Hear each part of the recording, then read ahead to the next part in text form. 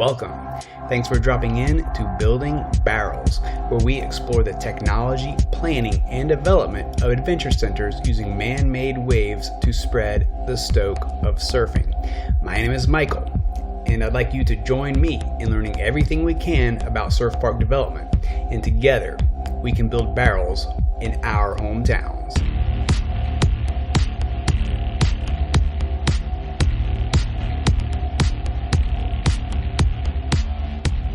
All right, in my last episode, we discussed more real estate development and how it relates to building a surf park.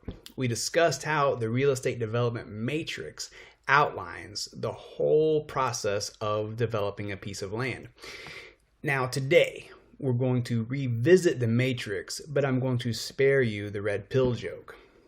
Previously, we talked about the 7 different stages of real estate development, and today we're going to go over the 8 major tasks that are common to each of these stages. Now, as a reminder, you don't have to be a part of the entire life cycle of a development. You can enter and exit at any stage of the development process, or you can be in a combination of stages. However, each stage individually or collectively will have each of these 8 major steps. Now, before we get into these 8 steps, let's have a quick review of the 7 stages of a real estate development. These are land banking, the accumulation of land for long-term investment, land packaging, which is planning and conceptualizing the best use of the land development, which is grading and building the infrastructure. There's building development, which is the actual construction of the houses or buildings. Then there's building operations, leasing and operating the development. And then there's building renovation, rehabbing and renovating parts of or the whole development. And then finally, there's property redevelopment. Once the property is beyond its best use, it's bulldozed and you start the process all over again back at step 1 or 2, depending on which phase you want to go through. So those are the 7 stages. And if you want a refresher or to hear more about those stages, go back to my last episode for a better understanding of each.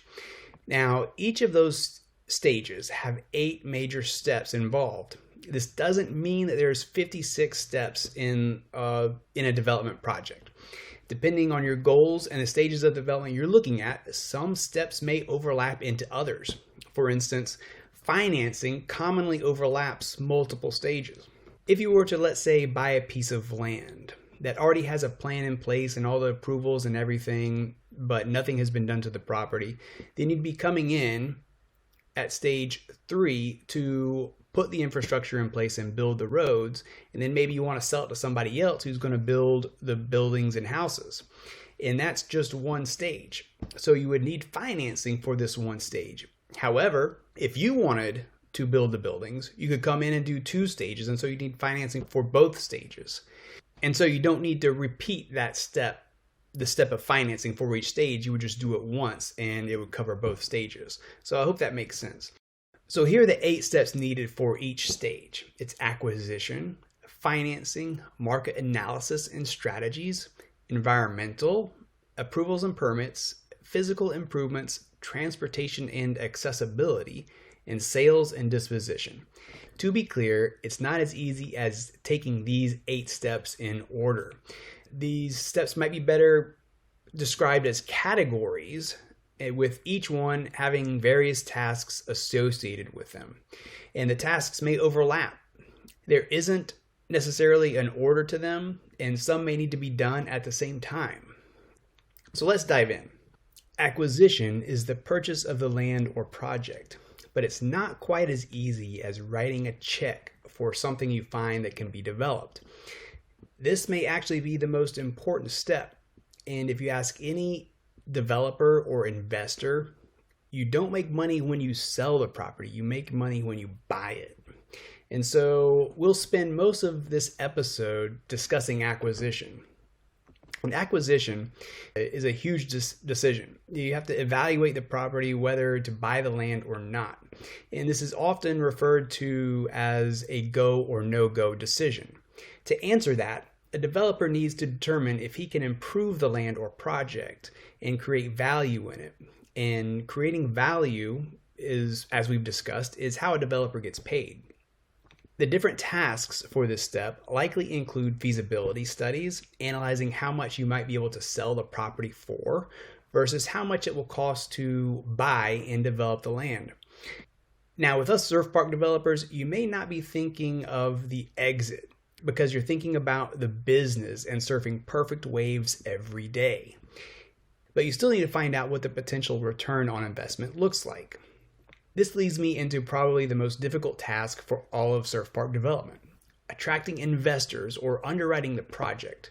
Considering all the risks and the large amount of money involved, are the returns good enough to get an investor or lender to finance the purchase and the development? This is the most difficult step, and it's actually the one I'm stuck on. Another task in the acquisition category is due diligence. This is the process of discovering or validating whether the project can actually be developed and completed. Does it need to be rezoned, and how difficult will it be? How will you get utilities to the site? Will it affect traffic? How high can you build? How much square footage can you build? There are a lot of questions for the due diligence period. All of these issues, as well as the financing and feasibility studies, will impact the contract you write and closing terms you negotiate. And so all of that goes into acquisition, and there's a lot that goes into it. So I may need to record a whole nother session devoted solely to that. Now, I already mentioned financing, and this is important in acquisition, but it's also a category itself because so much goes into it. The financing tasks involve the developer determining what kind of capital and how much is required to fund the purchase and development, and pay any mortgages, taxes, insurance while you're developing, as well as the costs of improvements and the costs to sell or hold later on. Then you have to go out and find the capital through securing a loan or finding an investor who believes in your vision and believes there's enough value in the return on their investment. This is especially important for surf park developers because the surf park is so new. The whole concept is so new, and there is no proven business model to replicate. And so the risks for an investor are higher than traditional businesses or traditional real estate development. And once again, this may need yet another episode just to discuss the financing, because demonstrating this value will involve projections, returns, risks, operating expense, capital stacks, holding costs, and way more than I can get into today. So let's move on to the next category of steps, which is market studies and strategies. Some of this will be performed during the due diligence of acquisition, but you'll want to study the current and potential future market conditions. What are the existing rents, occupancies? What's the potential for future demands? What are the needs for the area? What land uses might influence the development? It's also important to know what users might be expected and what will be the best marketing strategy to attract them. How, when, and to whom would you target your marketing? And as previously discussed, surf park developments are new. And these studies are especially important if you want to bring a surf park to an inland area such as my endeavor for Charlotte, when there isn't a customer base of surfers already established. But you know, and I know, that everyone wants to surf. So the next set of tasks is focusing on the environmental conditions of the development, the current and future states of the site conditions and their impact on the development. And this can include soil or water testing, environmental impact studies, effects of rain runoff, storm water drainage. It may also include studies on reducing the carbon footprint, sustainability, or how to make the project more green. Many of these tasks are completed during the land packaging and land development phases, but some may need to be completed or revisited during later stages of the development. For surf parks, it's definitely important to study the environmental impact. Us surfers are typically conservationists, and we want to minimize our impact on the environment and waterways. So these steps are very important. Now, getting approvals and permits is the next step in development. These approvals and permits come from all forms of government authority, whether it's local, city, and county ordinances, maybe regional or state ordinances, or even national, like the EPA, the United States Environmental Protection Agency. Once again, several of these are addressed earlier on in the development process, but some of them may need to be revisited at a later stage. The next category of tasks are improvements. These tasks are much more tangible. It involves the planning, the design, and the engineering of your development. And then there's the actual construction. What will you build first? What kind of materials are you going to use? Whose expertise do you need? How do you build on time and under budget? These steps for improvement ensure you build in a timely, attractive, and cost-efficient manner, as well as meeting safety and sustainability standards. Now, the set of tasks associated with transportation and accessibility involve not only determining how people are going to get to your development, but also how they're going to move through it. How do your suppliers navigate it without disturbing the customers? Where will your customers park? You may need to make public improvements or address traffic issues to make it easier for your customers to get to your development. You also want to consider the foot traffic through your development and through the buildings. This especially holds true for a surf park. You want to make sure that surfers carrying their boards can easily walk through without endangering the other patrons with a fin or the tip of a surfboard. Finally, there are the tasks for sales and disposition. Now, you may not want to sell your development.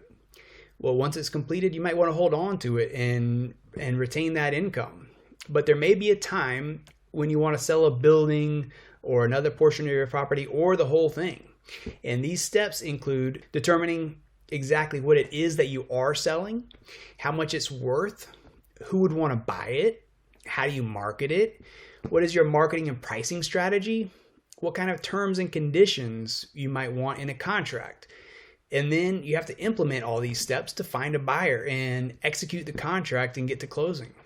Like I said before, you may not be building your surf park just to sell it, but these steps are important to know so you can look at all the options, because you may need to get creative to make your surf park development a success. So those are the different categories of tasks as outlined in the real estate development matrix. I know it's a lot, and I could probably make a different post for each of these categories. But if you're new to real estate development and want to develop a surf park, it's stuff you need to know. Now, if you found this information helpful and you want to keep up to date on surf park developments, trends, and ideas, if you're an aspiring surf park developer, an investor, an artificial wave engineer, or whatever, please subscribe to my channel, give me a like, comment, share it, and together we can build barrels all over the world. Thanks, and I'm kicking out. See ya.